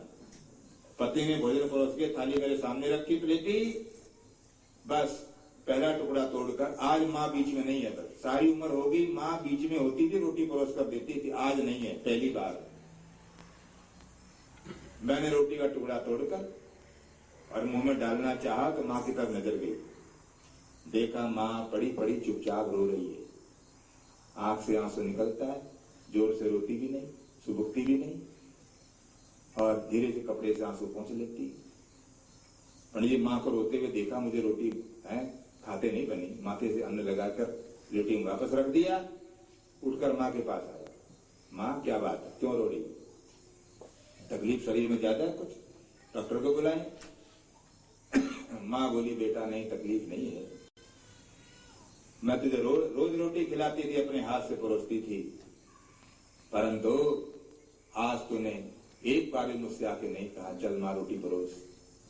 तूने पत्नी से भोजन लेकर खाना शुरू कर दिया। आज मुझे लगा अब मेरी जरूरत नहीं रही, अब मुझे मर जाना चाहिए, परसों कोई मेरी जरूरत नहीं है। अब तो मैंने बहुत कहा, नहीं माँ इसलिए नहीं, तेरी जरूरत नहीं है, तू बीमार थी, उठकर आती, परेशान होती। माँ बोली, ना कितनी परेशान होती मैं, जरूर तू एक बार आकर मुझसे बोलता, चल माँ मुझे भोजन खिला, तो मैं जरूर उठ करके आती। पर बेटा तूने आज तू मुझसे कुछ कहा नहीं, मालूम पड़ता तुझे मेरी जरूरत नहीं रही। अब मेरा जीना बेकार है। माँ के आंसुओं से भरी आंखें मैं अब तक नहीं भूल पाता हूँ पंडित जी। बस 6 महीने बाद उसके विदा हो गई माँ। इसलिए माँ के जो हमारा संबंध है, सांसारिक संबंध, शंकराचार्य महाराज 16 साल की आयु में सन्यासी हो गए। माँ चाहती थी विवाह हो, बेटा घर बसाए, सब कुछ हो, परंतु शंकराचार्य सन्यासी बनकर जाने लगे तो माँ ने कहा, मेरे सब काम तो अपने हाथ से करना, चले जाओ बेशक, पर मेरे मर जाने के बाद मेरे सब काम तुम ही करना। उस जमाने में टेलीफोन नहीं थे, टेलीग्राम के साधन नहीं थे। आज से 3000-2500 वर्ष पहले की बात बता रहा हूं। उस समय शंकराचार्य महाराज प्रचार पर घूम रहे थे। जब माँ का अंतिम समय आया तो शंकराचार्य जी, माँ ने मुझे बुलाया है, प्रचार का काम छोड़कर अपने जन्मभूमि पहुंचे। कैसे खबर मिली? टेलीफोन नहीं था, कुछ चिट्ठी का साधन नहीं था, हृदय से, कलेजा। माँ जो दूध पिलाती है बालक को, वही उसका हृदय है, वही दूध का साधन है। वो बालक को अपना हृदय पिलाती है एक तरह से। इसलिए माँ के साथ हम इतना जुड़े रहते हैं। बेटा परदेश गया हुआ हो और बीमार पड़ जाए परदेश में जाकर, तो माँ का यहाँ भूख बंद हो जाएगी, रोटी खाना बंद कर देगी, उदास हो जाएगी। पूछो क्यों, क्या हुआ? तो माँ कहेगी, मुझे ऐसा लगता है, मेरा दिल कहता है कि मेरा बेटा परदेश में ठीक नहीं है, बीमार है जरूर। पता लगता है कि हाँ माँ उन दिनों बीमार था। इसलिए जितना आंतरिक संबंध हमारा माता के साथ है, उतना पिता के साथ नहीं हो पाता।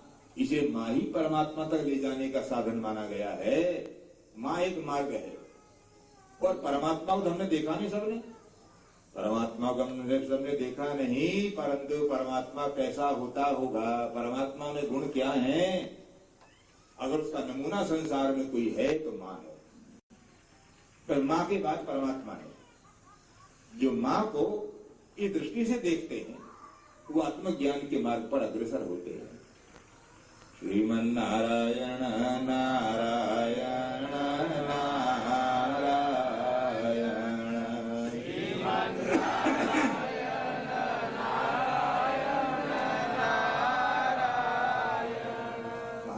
में प्रसंग आता है, नौजवान घर में बूढ़ी माँ, पिता तो विदा हो गए, माँ को छोड़कर साधना करने के लिए मोक्ष प्राप्त करूंगा, सिद्धि प्राप्त करूंगा, जंगल में चले जाए, कंदमूल फल खाते और वहां साधना करते, समाधि लगाते। माँ को भूल गए, माँ घर पर परेशान, बेटा कहाँ गया। साधना करते करते उनको क्या नाम समय बीत गया। वृक्ष के नीचे बैठे, बड़ा छायादार घना वृक्ष था, उसके नीचे बैठे ध्यान लगाए हुए थे। ध्यान में बैठे थे महात्मा। उसी समय ऊपर कोई पक्षी आवाज करने, आपस में लड़ने लगे, पक्षी आवाज करने लगे। तो महात्मा की समाधि में विघ्न पड़ रहा था, ध्यान में मन नहीं लग पा रहा था पक्षियों की आवाज सुनकर। उन्होंने गुस्से में आकर यूं ऊपर पक्षी की तरफ देखा तो उनके क्रोध की आग में जलकर पक्षी उनके सामने आकर फड़फड़ाता हुआ गिर गया। जब पक्षी उनकी दृष्टि पड़ते ही क्रोध की आग में जलकर सामने गिर गया आकर, महात्मा के मन में बड़ा विमान पैदा हो, अब तो मैं सिद्ध हो गया, जिसको चाहूं भस्म कर डालूं, मेरी आंख में अजय ताकत पैदा हो गई है, अब तो हो गया सिद्ध। पर मन में अभिमान पैदा हुआ, इच्छा हुई कि सिद्धि मैंने प्राप्त कर ली है प्राप्त कर ली है। तो जंगल में मोर नाचा किसने देखा, चलो शहर वालों को दिखाऊं मैं क्या हो गया हूं। अपनी सिद्धियां दिखाने के लिए महात्मा शहर में आए। श्रीमन नारायण नारायण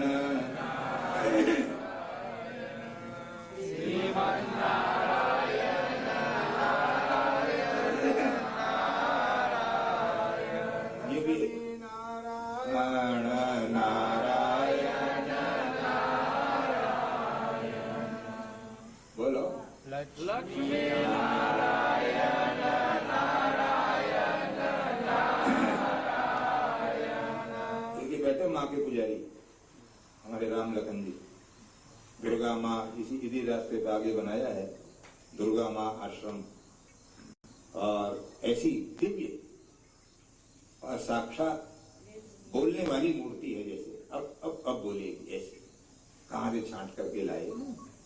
ऐसा भोला सुंदर प्रभावशाली कृपापूर्ण आंखें, ऐसी मूर्ति सर्वत्र देखने में नहीं आती। तो महात्मा बोले, जंगल में मोर नाचा किसने देखा, चलो शहर चलो। शहर आए, एक घर के दरवाजे पर भिक्षा मांगने के लिए नारायण हरि अलग जगह, पर कोई ना आया। बहुत फिर पुकारा नारायण हरि। महात्मा ने सोचा ऐसा सिद्धि प्राप्त, महात्मा दरवाजे पर खड़ा है और घर में जो कोई आता नहीं, गुस्सा आने लगा। अंदर वालों को क्या पता दरवाजे पर कौन खड़ा है, पर उनको ये लगा कि फौरन सब काम छोड़कर आना चाहिए था, कोई नहीं आया। बस गुस्से में तमतमाने लगे। तो थोड़ी देर बाद घर की बहू दुल्हन आई, माथे की यहां तक आंचल डाले हुए और हाथ में फल और प्रसाद लेकर के आई। महाराज बहुत देर से आप पुकार रहे थे, क्षमा करना, और मैं आना तो चाह रही थी पर आ न पाई, अब कृपा करके लीजिए, और कुछ सेवा करनी हो तो बताइए। फल लाई हूं, सीधा लाई। महात्मा ने फल देखा ना सीधा देखा, उनको तो गुस्सा ये था कि ये सब काम छोड़कर क्यों नहीं आई, ऐसा सीधे दरवाजे पर खड़ा आई नहीं। बस न फल देखे न प्लेटी की ओर देखे, क्रोध में आंखें लाल करके देवी की ओर देखने लगे यूं करके। देवी बोले, महाराज क्षमा मांग रही हूं, देर होगी मुझे आने में, गुस्सा न करवा, ये फल ले लो। परमात्मा फिर यूं आंख तमतमा कर देखें जब लाल आंखें करके, तो वो देवी बोली, महाराज क्यों आंखें लाल पीली कर रहे हो, मैं जंगल की चिड़िया नहीं हूं जो भस्म हो जाऊंगी, ये भिक्षा ले लो जो लेकर के आई। मुझे जंगल की चिड़िया पक्षी मत समझो जो तुम्हारी आंख पड़ते नजर पड़ते भस्म हो जाऊंगी, जलकर मर जाऊंगी। महात्मा ने सोचा, ओहो चिड़िया मैंने जंगल में भस्म करी, इसको घर बैठे कैसे पता लग गया। भिक्षा लेना तो भूल गए। महात्मा बोले, तू ये बता तेरे को कैसे पता लगा मैंने कोई जंगल में चिड़िया भस्म करी है। देवी बोली महाराज मैं तो पढ़ी लिखी भी नहीं हूं, मैं तो साधारण गांव की लड़की हूं, परंतु मेरे पति उन्होंने एक बार मेरे सिर पर जो प्यार से हाथ रखा यूं, जाने मेरे भीतर कौन सी बिजली ज्ञान की चली गई। अब मैं सब बात जान लेती हूँ, कहीं कुछ घट रहा हो मुझे सब पता लग जाता है। महात्मा सोचो हो ये तो बड़े भारी तपस्वी सिद्धों का घर मालूम पड़ता कि पति ने एक बार सिर पे हाथ, बोले एक बार हाथ रखा था सिर पर, कहां भी एक बार हाथ रखा। क्यों रखा, क्या बात, तो बताया उसने महाराज हमारा नया नया विवाह हुआ, जब नई नई शादी हुई तो मेरे को बहुत शर्म थी, बड़ी लज्जा थी मुझे, हैं। हम लोग जो पहले दिन एकांत में हमारा मिलना हुआ तो ये तो चाहते थे कुछ बातचीत करें, पहली बार मिले हैं, पर मेरे को बड़ी लज्जा बड़ी शर्म आती थी, कैसे बोलूं कैसे बात करूं। श्रीमन नारायण नारायण नारायण श्रीमन नारायण नारायण नारायण। पर वो जमाना बीत गया, शर्म वाला जमाना।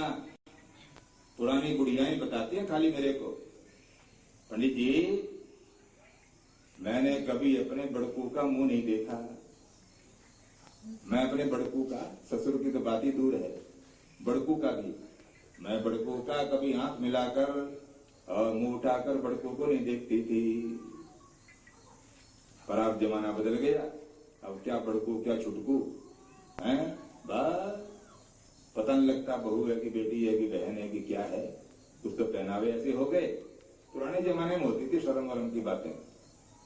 हाँ जी, अब तो विवाह में देखो, ब्याह होता है जब और पंडित बैठा इंतजार में कब ब्याह, ये ब्याह कराऊं, और बैंड बजाने वाले हैं वो तैयारी में कब बैंड बजे। एक विवाह में शामिल हुआ मैं, पंडित हमारे परिचित थे, न्योता दिया, जमानी परिचित था हमारा, उसकी बेटी थी। मैं विवाह में गया तो लड़की जो है वो बिल्कुल लज्जा की साक्षात मूर्ति बनी हुई, यूं बुढ़ी बुढ़ी ऐसे ही है, गठरी सी बनी बैठी है ऐसे। पर जो ही भावर पूरे हुए, और भावर पूरे होते ही वो जो बैंड बाजा बजने लगा, शैतानी बाजा, ड्रम, इतना तेज बजता है भैया, 2-4 ब्याह में शामिल हो जा निश्चित बहरे हो जाएंगे, मशीन खरीदनी पड़ेगी सुनने के लिए। इतना तेज क्या बज रहा है, क्या भगवान जाने क्या क्या उसमें आनंद है। वो बजना शुरू हुआ और वही लड़की जो यूं ऐसे बैठी, गर्दन से पूरा मुंह नहीं दिख पाता जिसका मुझे, वही लड़की आई और वो अपना बस वही लड़का दोनों नाचना शुरू किए। मैंने कहा ये वही लड़की है क्या जिसका भी फेरे हुए? बोले हाँ जी वही है। मैंने ये तो, बोले हाँ जी, नाचने का डांसिंग का ओपनिंग यही करेगी तभी तो सारे बाकी लोग नाचेंगे। ओपनिंग वही करती, ओपनिंग। मैं कहता हूं भैया नाच अगर जरूरी अगले दिन रख लो कम से कम, ठीक है अगले दिन नाच लो। अरे उसी समय भावर से उठी और बस बढ़िया या तो यूं बैठी। बहुत अटपटार भद्दा मालूम पड़ता है, परंतु पुरानी कथा सुना रहा हूं। लड़की बोली महाराज विवाह करके मैं आई, एकांत में मिलना हुआ पहली बार, तो मैं बहुत संकोच शर्म में थी, कुछ बोलती नहीं थी, और मेरे पति चाहते थे कुछ बोले बातचीत करे। तो वो मुझसे बोले अच्छा तूने न बोलने की कसम खा रखी है, चल पानी तो ला के पिला दे, कम से कम पानी तो ला। मैं अपने पति के लिए पानी लेने गई जी। इस बीच में मेरे पति जानबूझकर करोड़ बदल करके लेट गए और जैसे सो गए हूं, नकली सोने का अभिनय करके करोड़ बदले हुए दीवार के तरफ मुंह करके लेट गए।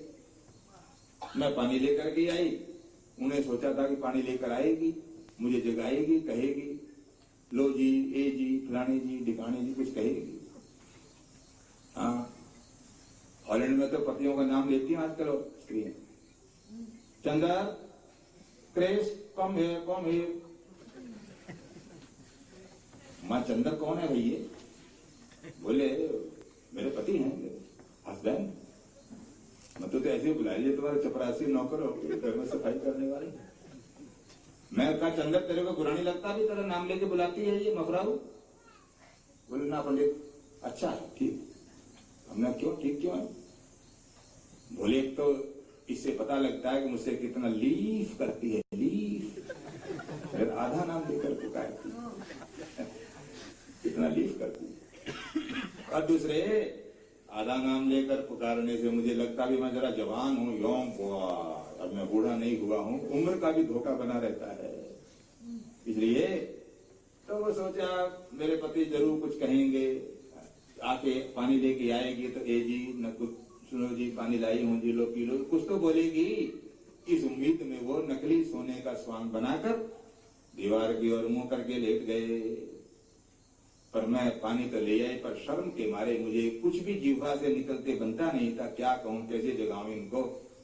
पर पानी लिए खड़ी, थोड़ी देर बाद अगर नींद खुलेगी तो पानी दे दूंगी। परंतु वो सोने का नाटक करते करते सचमुच सो गए। नींद आ गई उनको। लगभग 2-2.5 घंटे बाद नींद खुली, करवट बदली तो देखा मैं पानी का गिलास लिए हुए खड़ी हूं। महात्मा जी बहुत दया उनके मन में, अरे तू 2 घंटे से खड़ी है क्यों पानी लिए? अरे माँ ने मुझे जगा देती, पानी रख के तू भी सो जाती, तो 2 घंटे में पानी लिए खड़ी है जब से तब से। और मेरे प्रति उनके मन में जो प्रेम पैदा होगा, दया भाव पैदा हुआ, और मेरे पति ने मेरे माथे पर यूं हाथ रखा, महाराज अरे तू तो 2 घंटे यूं ही खड़ी है। बस उनके हाथ रखते ही मेरे शरीर के भीतर ज्ञान की ज्योतियां प्रस्फुटित हो गई। महाराज तब से मैं सब जानती हूं। महात्मा ने कहा भाई इसके पति और इससे ज्यादा चमत्कारी, इसके सिर पर हाथ रख दे उसको ज्ञानी बना दे। तो अपने पति को बुला, तेरे पति के दर्शन करूं, भिक्षा तो बाद में लूंगा, फलवल तो बाद में लूंगा। अपने पति को बुला, थोड़ी देर में पति आए। हाँ स्वामी जी महाराज नमस्कार, प्रणाम करता हूँ। पालागन भाई तूने क्या सिद्धि करी, कहाँ तूने कौन तपस्या करी, किस जंगल में, कितने दिन करी? तू तो बड़ा भारी सिद्ध है, सिर पे हाथ रख दे तो उसमें क्या नाम ज्ञान का संचरण कर देता। बोला महाराज मैं तो किसी जंगल में नहीं गया, न मैंने कोई सिद्धि की, न मैं साधना करना जानता हूँ, न मैं योगाभ्यासी, कुछ नहीं हूं मैंने तो केवल अपनी बूढ़ी माँ और अपने पिता की सेवा करी। महाराज बूढ़ी माता पिता दोनों ने मुझे जो आशीर्वाद दिया, बेटा खूब फलो फूलो, बस उनके आशीर्वाद का परिणाम है आज जो कुछ भी हूं मैं। इसलिए जो माता पिता का तिरस्कार करके तीर्थ यात्राएं करता है, अनुष्ठान करता है, यज्ञ करेगा, जप जपादि करेगा, न सिद्धिमवाप्नोति न सुखम न परंगतिम। इसलिए आत्मज्ञान की शुरुआत अपने घर से, आत्मज्ञान की ओर प्रवृत्ति हमारे घर से है। माँ को पहले परमात्मा के रूप में आदर सम्मान करना। माँ में भी दुर्गुण हो सकते हैं, माँ में भी दोष हो सकते हैं, परंतु दूध का धुला परमात्मा है केवल, भगवान केवल दूध के धुले हैं। संसार में सब दोषों से भरे हुए हो सकते हैं, परंतु अपने कर्तव्यों को मानते हुए। इसलिए भगवती राधा को आदर्श माना, समर्पण के लिए उन जैसा कोई नहीं। क्षमा कीजिए, हम मंदिर में जाते हैं, प्रार्थना कम करते हैं, मंदिर में जाकर शिकायतें ज्यादा करते हैं। हम लोग मंदिर जाते हैं या तो मांगेंगे कुछ, ये दे दो, ये दे दो, धन होना, घर होना, बेटा होना, नौकरी होना, ये काम बना दो, बीमारी दूर कर दो। क्षमा करना, भगवान को हमने साधन बना लिया। साधन भगवान साध्य है, परंतु उसको न साधन बना लिया। अर्थात आप चाहते हो आपको नौकरी मिल जाए, बहुत कोशिश करते हो, नौकरी मिलती नहीं है। आपने सोचा चलो मंदिर चलो, भगवान दया करने शायद नौकरी मिल जाए। आपने भगवान को भी नौकरी प्राप्त करने का साधन बना लिया है, वो साध्य नहीं रहे। इसलिए जहां साधन साध्य भी साधन बन जाए, जैसे धन जो है वो धर्म करने का साधन है। धन किस लिए? हम धर्म करेंगे, यज्ञ करेंगे, अनुष्ठान करेंगे, मंदिर बनाएंगे, पूजा करेंगे, तीर्थ यात्रा करेंगे। धन है धर्म आचरण करने का साधन, पर हमने धन को साध्य बना लिया। धन बटोरो, धन इकट्ठा करो, धन इकट्ठा करो, इकट्ठा करो, इकट्ठा करो।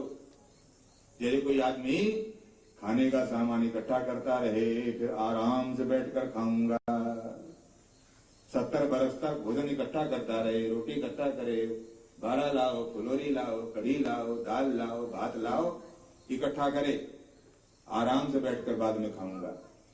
और जब समय आता है बुढ़ापे का 70-80 वर्ष का, तो फिर वो खा करके पचाने की सामर्थ्य रहती नहीं, फिर खा नहीं पाता, बटोरने में जीवन बिता देता है। इसलिए धन भी साधन था, पर धन भी साध्य हो गया। परमात्मा भगवान भी साध्य थे, पर वो हमारे आचरणों के कारण साधन बन गए हैं। इसलिए मंदिर में जाने पर या तो मांग करें कुछ, ये होना, ये होना, ये होना, ये शिकायत करेंगे। मंदिर में जाकर भगवान से कहें, महाराज देखो मैं रोज मंदिर आता हूँ, जब भी मंदिर लगता है प्रसाद लाता हूँ, माला प्रसाद चढ़, मैंने कभी मंदिर में आना छोड़ा नहीं, 20 साल 30 साल से आ रहा हूँ, पर मेरे ऊपर आपकी नजर बिल्कुल नहीं है। मेरे पड़ोसी को देखो, कभी मंदिर नहीं आता है, ससुरे को 2 मकान बन गए हैं, 4 बेटा भी हो गए हैं, मकान भी, नौकरी भी ठीक है, काम दाम बहुत बढ़िया है, उस नालायक को आपने इतना दे दिया, मेरी तरफ कब देखोगे? शिकायतें, या तो शिकायत करोगे या मांग करोगे, और ये दोनों ही उपासना नहीं है। शिकायत और मांग, क्या परमात्मा नहीं जानते तुम्हें क्या चाहिए? जो भगवान से मांगता है वो भगवान को अंतर्यामी सर्वज्ञ नहीं मानता। अगर अंतर्यामी है तो बताने की जरूरत नहीं, उनको मालूम है तुम्हारे को क्या चाहिए। अगर परमात्मा सर्वज्ञ हैं तो उनको पता है तुम्हारे को क्या आवश्यकताएं हैं। इसलिए परमात्मा के सम्मुख जाकर के कुछ अपने मुंह से कहना, इसका मतलब है कि भगवान नहीं जानते, मैं बताऊंगा तो इनको पता लगेगा मुझे क्या चाहिए। एतावता इसको उपासना की प्रारंभिक श्रेणी माना गया। उत्तम उपासना क्या है? जो हम अहो भाव से भरकर मंदिर जाते हैं, जो कृतकृत्य होकर, ओहो भगवान तुमने मुझे जो दिया है, मैं तो इसके लायक नहीं था महाराज, बहुत आपने दिया मुझे, हैं जाने मेरे कौन से गुण पर आप रिझ गए हो, हे प्रभु आपकी बड़ी दया है मेरे ऊपर।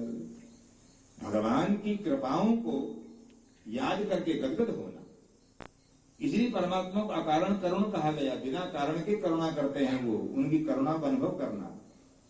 उपासना माने उनकी करुणा को याद करके गदगद होना, रोमांचित होना, कितना आप मुझसे, कितने मेरे ऊपर दया है आपकी। और बिना किसी शर्त के समर्पण करना, जो भगवती राधा ने किया, अपने समर्पण के बदले में कुछ नहीं चाहा। भगवान के दर्शन हो ये भी नहीं, हाँ दर्शन देने होंगे भगवान देंगे, उनकी इच्छा है, हमारा कोई दावा नहीं दर्शनों के लिए भी। भगवान मथुरा में रहे, वृंदावन से मथुरा कितना दूर, मुश्किल से 7-8 किलोमीटर, चाहते रोज जाकर दर्शन कर सकते थे, परंतु नहीं, भगवान को दर्शन देने होंगे तो दे देंगे, वरना हमारे हृदय में बसे हुए हैं, उनकी इच्छा पर है भाई, वो जैसा चाहे वैसे करें। संपूर्ण समर्पण यही है, भगवान की इच्छाओं को, अपनी इच्छाओं को समर्पित कर देना, अपने आप को बचाकर रख लेना, वो अस्मिता है, अहंकार। वो अहंकार दूरी बनाकर रखेगा। ब्रह्म में जीव में दूरी का कारण अहंकार है। वो अहंकार जिस दिन धूमिल होने लगेगा, कम होने लगेगा, उस दिन हमारा अविद्या का विनाश होगा और आत्म साक्षात्कार की ओर हमारी प्रवृत्ति बढ़ने लगेगी। इसलिए ये दावा करना कि मैं जानता हूं, आत्मज्ञान प्राप्त होने की दिशा में आगे बढ़ने में रुकावट डालना है। ये लोग बोलते हैं जो दावा करता वो कुछ नहीं जानता। यस्या मतम तस्य मतम, मतम यस्य न वेदस, अविज्ञातम विजानताम, विज्ञातम अविजानताम। जो नहीं जानने का दावा करते हैं वो जानते हैं मुझे। और अगले मंत्र में कहा, ये चेद वेदी अथ सत्यमस्ति, न चेदिहा वेदी महती विनष्टि। 84 लाख योनियों में घूमते फिरते मनुष्य बने हो, अब है मौका ब्रह्म साक्षात्कार करने का, भगवान को जानने के उपयुक्त शरीर अब है हमारे पास। इसलिए कहा चेदवेदी अथ सत्यमस्ति, और न चेदिहा वेदी महती विनष्टि। बड़ा भारी नुकसान है अगर भगवत साक्षात्कार को या भगवान को जानने की दिशा में कुछ नहीं किया, इस मनुष्य बनने के बाद भी अगर न कर पाए तो फिर कभी जब मानव शरीर मिलेगा कब हो कि करी करुणा नर दे, जब देंगे भगवान जब कृपा करें, तुम्हारा फिर दोबारा मनुष्य शरीर मिलने पर भी कोई दावा अधिकार नहीं है। अब मिल गया है, करुणा करके दे दिया उन्होंने, फिर कभी देंगे, देखा जाएगा कभी, ये मौका चूकना है, इसलिए बड़ा भारी नुकसान होगा। न चेदिहा वेदी महती विनष्टि भूतेषु भूतेषु विचित्य धीरा प्रेत्यास्मान लोकात् अमृता भवन्ति। जो भूतेषु भूतेषु समस्त प्राणियों में भगवत दर्शन करने की जिनके भीतर आस्था निष्ठा जाग जाती है, वो प्रेत्यास्मान लोकात् अमृता भवन्ति, वही संसार से उठकर पर अमृत रूप परमात्मा के साथ एकाकार हो जाते हैं। इसलिए जो हमारा मूल है, उस मूल तक पहुंचने के लिए मानव शरीर सर्वोत्तम है, और उसके लिए समर्पण कैसे हमारा हो ये भगवती राधा बताती है। कुछ नहीं चाहा बदले में, जो समाचार मिलते, विवाह हो गया, रुक्मणी आ गई है, जम्बवती आ गई, मित्रवृंदा, लक्ष्मणा, कालिंदी, 8 पट रानी आ गई और रानी आ गई, तो ब्रज की वृंदावन की और स्त्रियों के मन में तो ये बात पैदा होती, कैसे हैं कृष्ण, 11 वर्ष तक यहाँ रहे, इतने विवाह किए, पर यहाँ की एक भी लड़की पसंद नहीं आई उनको, ब्रजभूमि की एक भी कन्या नहीं, कोई कहेगी कोई कहेगी, ये बात ब्रजवासियों के मन में तो आती। परंतु भगवती राधा बोलती, क्यों बहनों इस तरह की शिकायत करती हो। गर्ग संहिता में गर्ग महाराज बोलते हैं, राधा भगवती कहती, चंद्रो यथैको गहवर्ष कोरा, आकाश में एक चंद्रमा निकलता है, संसार भर के अनेक चकोर उसको देख करके प्रसन्न हो जाते हैं। इसी प्रकार श्री कृष्ण चंद्रो भगवान तथैकः, श्री कृष्ण भी परमात्मा चंद्रमा के समान है। हम सब लोग चकोर की भांति उनको देखकर प्रसन्न हो सकते हैं। तो रुक्मिणी को जो भाग्य था रुक्मिणी को मिला, इसलिए रुक्मिणी ने अपने प्रेम के बदले में सांसारिक सुख प्राप्त कर लिए। बदले में कुछ पा लेना, यह अर्थार्थी भक्ति है। भगवान की भक्ति के बदले में कुछ पा लेना, हिसाब पूरा हो गया, तुमने भक्ति करी, भगवान तुम्हें चीज दे दी, खत्म बात, हिसाब पूरा। पर जो भक्ति समर्पण के बदले में कुछ नहीं मांगता, तो भगवान तो उसका ध्यान रखते हैं, उसको स्मरण में रख, ये तो ऐसा भगत है, वही चाहता कुछ भी नहीं। उसको महाभागवतों में गिना गया, महाभागवत, महाभक्तों में। इसलिए भगवान की स्मृति में बने रहने के लिए ये आवश्यक है कि हम तप, स्वाध्याय, ईश्वर प्रणिधान, ये जो क्रियायोग किए गए, इनमें तप माने सहज जीवन जीना, आवश्यकताओं वाले जीवन को जीना, बस। इच्छाओं वाला जीवन तुम्हारे को टेंशन से भर देगा। इच्छाओं की कोई सीमा नहीं है, ये भी हो, ये भी हो, ये भी हो, उसका कोई पतला किनारा नहीं।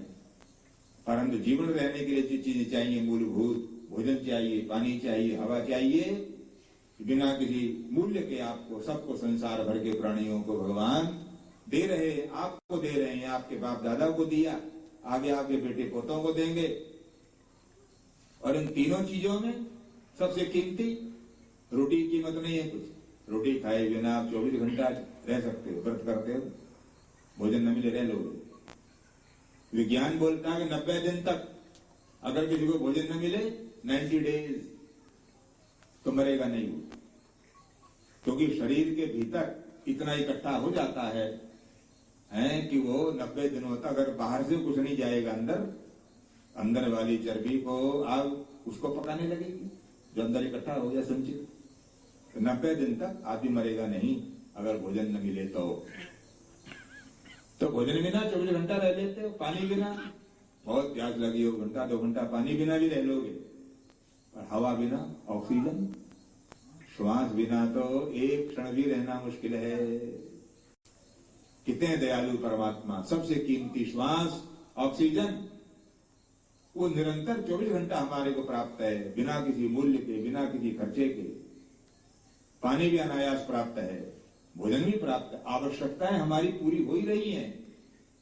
इन इच्छाओं को पैदा करके अपने को तनाव और टेंशन से भर लेना, स्ट्रेस से भर लेना, इससे बड़ी मूर्खता और क्या होगी। ये सहज जीवन जीना, इसी का नाम तप है। कोई पर्सनैलिटी ऊपर से नहीं उड़ना, बल्कि अपने जीवन को सहज बनाना, उससे शांति संतोष दोनों प्राप्त होंगे। इसी का नाम तप। स्वाध्याय, अपने आप को आंकते रहना, ठीक चल रहा है कि नहीं चल रहा है, और ईश्वर प्रणिधान, भगवान को अपना एकमात्र सहयोगी, सहायक, संरक्षक और अपने सर्वस्व के रूप में स्वीकार करते हुए चलना, ये क्रिया योग है। और जो अंतरंग योग हैं और जो इसके मार्ग हैं, अब उनकी चर्चा कल प्रारंभ करेंगे। आज की बात को यहाँ विराम करते हैं। आप सब माता भ्राताओं ने प्रेम पूर्वक मेरी बात को सुना, एतावत आप सब धन्यवाद के पात्र हैं। बोलो आनंद कंद भगवान की। अच्युतम केशवम राम नारायणम, अच्युतम केशवम राम नारायणम, कृष्ण दामोदरम वासुदेवम हरिम, कृष्ण दामोदरम वासुदेवम हरिम, भालचंद्रम भजे, रामचंद्रम भजे, भालचंद्रम भजे, राधिकाराधितं कृष्णचन्द्रं भजे, कृष्णचंद्रम भजे। धर्म की, अधर्म का, प्राणियों में